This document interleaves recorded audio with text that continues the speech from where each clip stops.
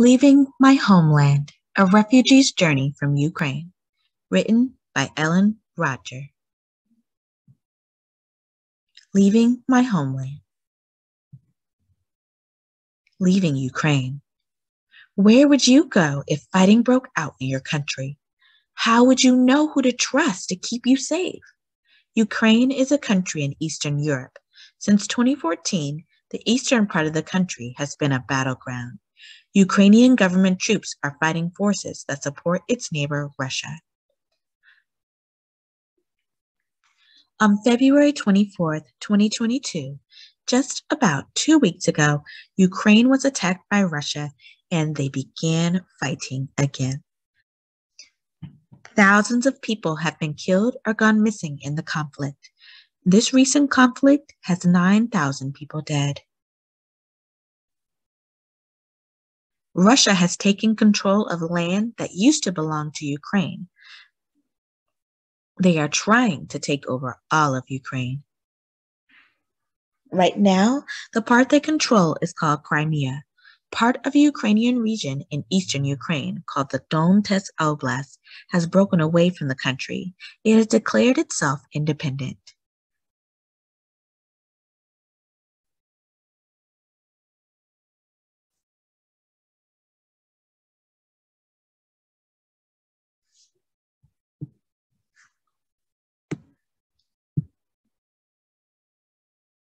Many people have left eastern Ukraine because of the fighting. They fear for their lives. Most have become internally displaced persons. This means they have moved to safer areas of the same country. Others have left Ukraine to live in Russia, or others in neighboring countries. They are refugees. Refugees are people who flee their homeland because of unsafe conditions. Refugees are different from immigrants. Immigrants choose to leave. Refugees have to leave. Since 2 weeks ago, many people in Russia have become refugees. Most people are not internally displaced persons. There is a war going on in Ukraine, and it's no longer safe for most people to stay. My homeland, Ukraine. Ukraine is a country of differences. It's both old and new, and it's a mix of Eastern and Western cultures. Ukraine's landscape includes mountains in the west, plains in the middle, and a sea in the south. It's the second largest country in Europe. It shares borders with 7 countries: Moldova, Romania, Hungary, Slovakia, Poland, Belarus, and Russia. Ukraine has been home to different cultures and people for thousands of years. It was a land that was often invaded by groups from the west and the east. In the late 1700s, it became part of the Russian Empire. In 1922, Ukraine became part of the USSR, or the Union of Soviet Socialist Republic. Kyiv is the capital city of Ukraine. 44.3 million people live in Ukraine. After the breakup of the USSR in 1991, Ukraine became an independent country. The new country had some years of problems. There were major protests against the government. Parts of Ukraine did not want to belong to Russia or Ukraine. In 2013 and 2014, from 2013 to 2014, there was a revolution. The president was removed from office, and Russia took control of Crimea. Then, pro-Russian groups in eastern Ukraine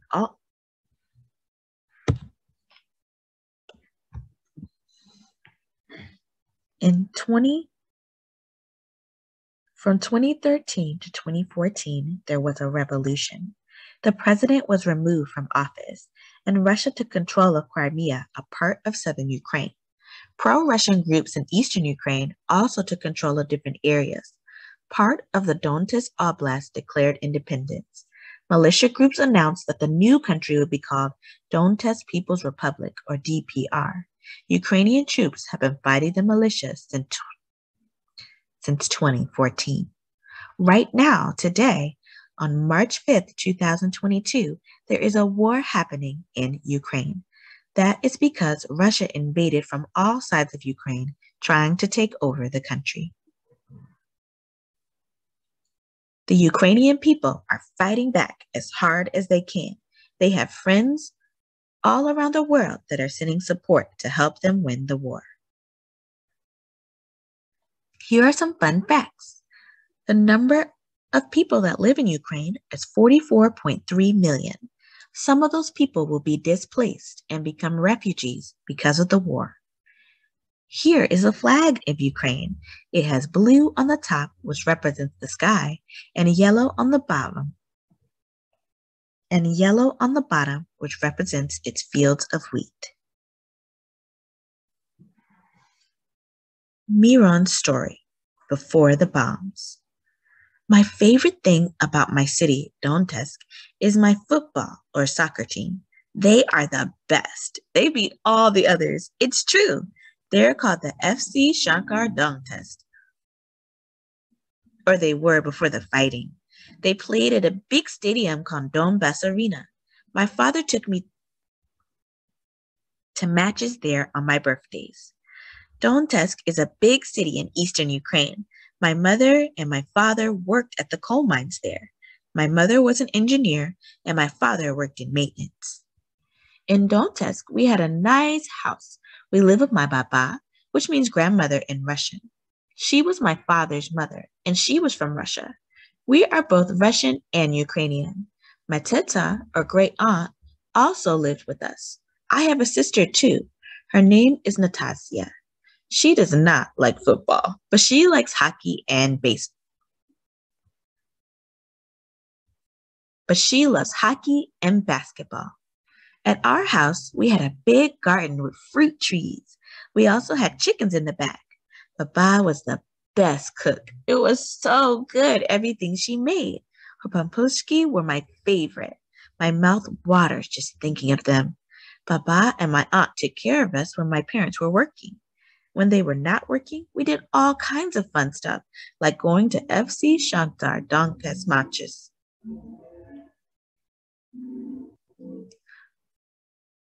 When they were not working, we did all kinds of fun stuff. Going to FC Shakhtar Donetsk matches was the best, though. Here are some fun facts that Miron mentions on. Here are some fun facts that Miron mentions in his story. Miron's favorite football team is the FC Shakhtar Donetsk. They are in the striped shirts. Football is called soccer in North America. Many people in Ukraine work in coal mines like Miron's parents.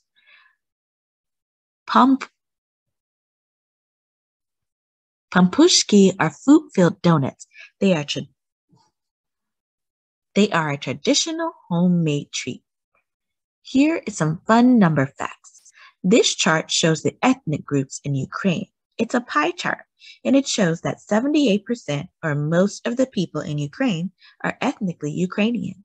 It shows that 17%, or some of the people, are ethnically Russian. 0.6% are Belarusian, 0.5% are Moldovan, and 0.5% are Crimean Tatar. Protest and war. Ukraine's revolution in 2013 to 2014 was named the Euromaidan Revolution. Protesters in Kyiv wanted to get rid of the president and the government. They thought that the government was corrupt or dishonest.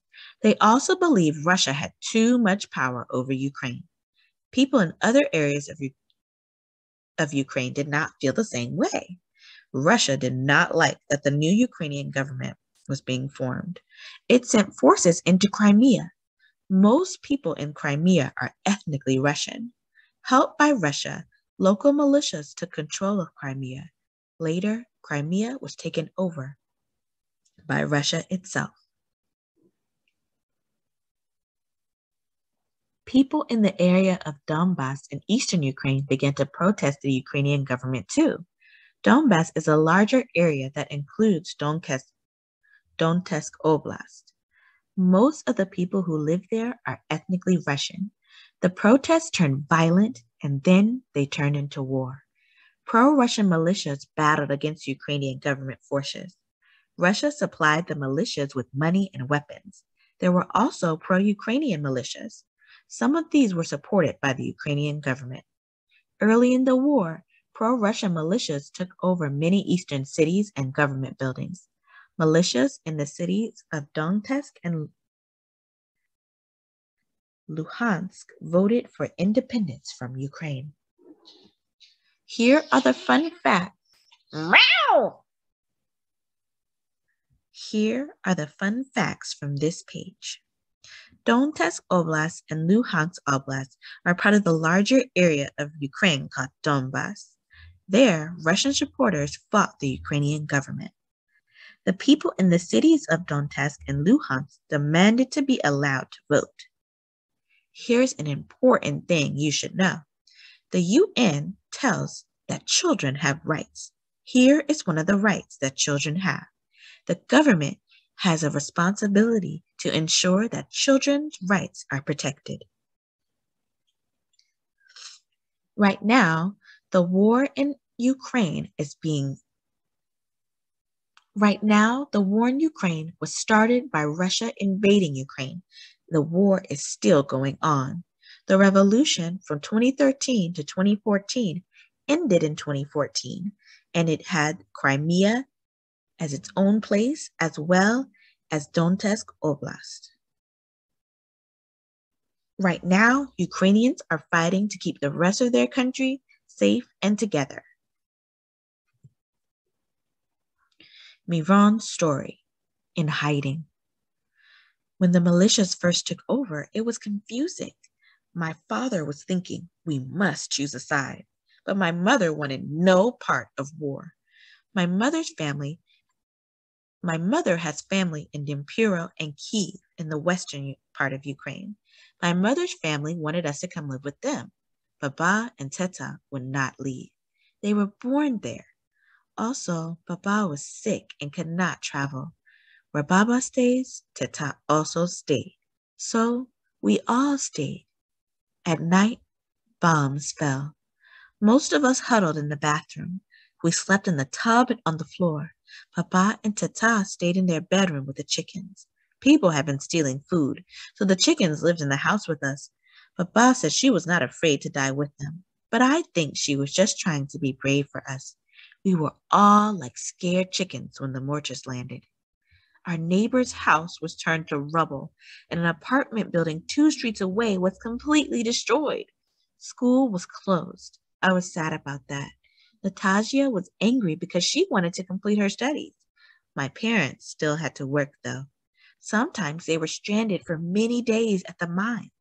There was a bomb shelter there and one close to our house, too. We only went to the shelter if we had to, and mostly Baba would not go. She was getting sicker. Her pension and Teta's pension payments from the government had stopped coming in. That made it hard. That made it hard to pay for Baba's medicines for pain. Looking at the pictures above, you can see that the apartment building has bullet holes and missing parts where mortars had struck. Many buildings were also destroyed by mortars, which is a type of bomb. Still, the UN says that you, as a child, have rights. Children have the right to play, rest, and go to school. Right now, during the war, many children are becoming refugees. They do not get to play and rest or go to school because the war is going on and it is not safe. Living through the conflict. War and conflict completely change everyday life. People who have jobs may lose them as factories and businesses close. Without jobs, they struggle to feed their families. The danger from bombing and bullets means school closed too. All areas of normal life change or stop. Just staying alive is difficult. People can be shocked People can be shot as they leave home to shop for food. In cities and villages, suppliers are cut off when there is fighting in the streets. There is often little food and there is often little food available to buy. There is often little food available to buy. Power and water supplies are cut off as well. This makes it hard to cook, wash, or stay warm in cold weather. When it is more dangerous to stay than to leave, people flee. IDPs go to safer areas in their own country. Refugees leave for neighboring countries. In eastern Ukraine, people who had the money to leave took cars or trains to safer areas. Many traveled to Russia during the 2013 to 2014 conflict. During this conflict, which started this year in 2022, most people are leaving to countries around Ukraine. They are not staying in Ukraine, and they are not going to Russia. They're becoming refugees in other countries. In some cases, people were not allowed to leave. The militias did not want healthy men to leave. That's still true today for the conflict happening in 2022. They wanted them to join their groups and fight. Militias looked for people who they believed supported one side over the other. If the people did not share their beliefs, they were kidnapped, beaten, or killed. Right now, on March 5th, 2022, there are at least 1.5 displaced Ukrainians seeking refuge in a safe place.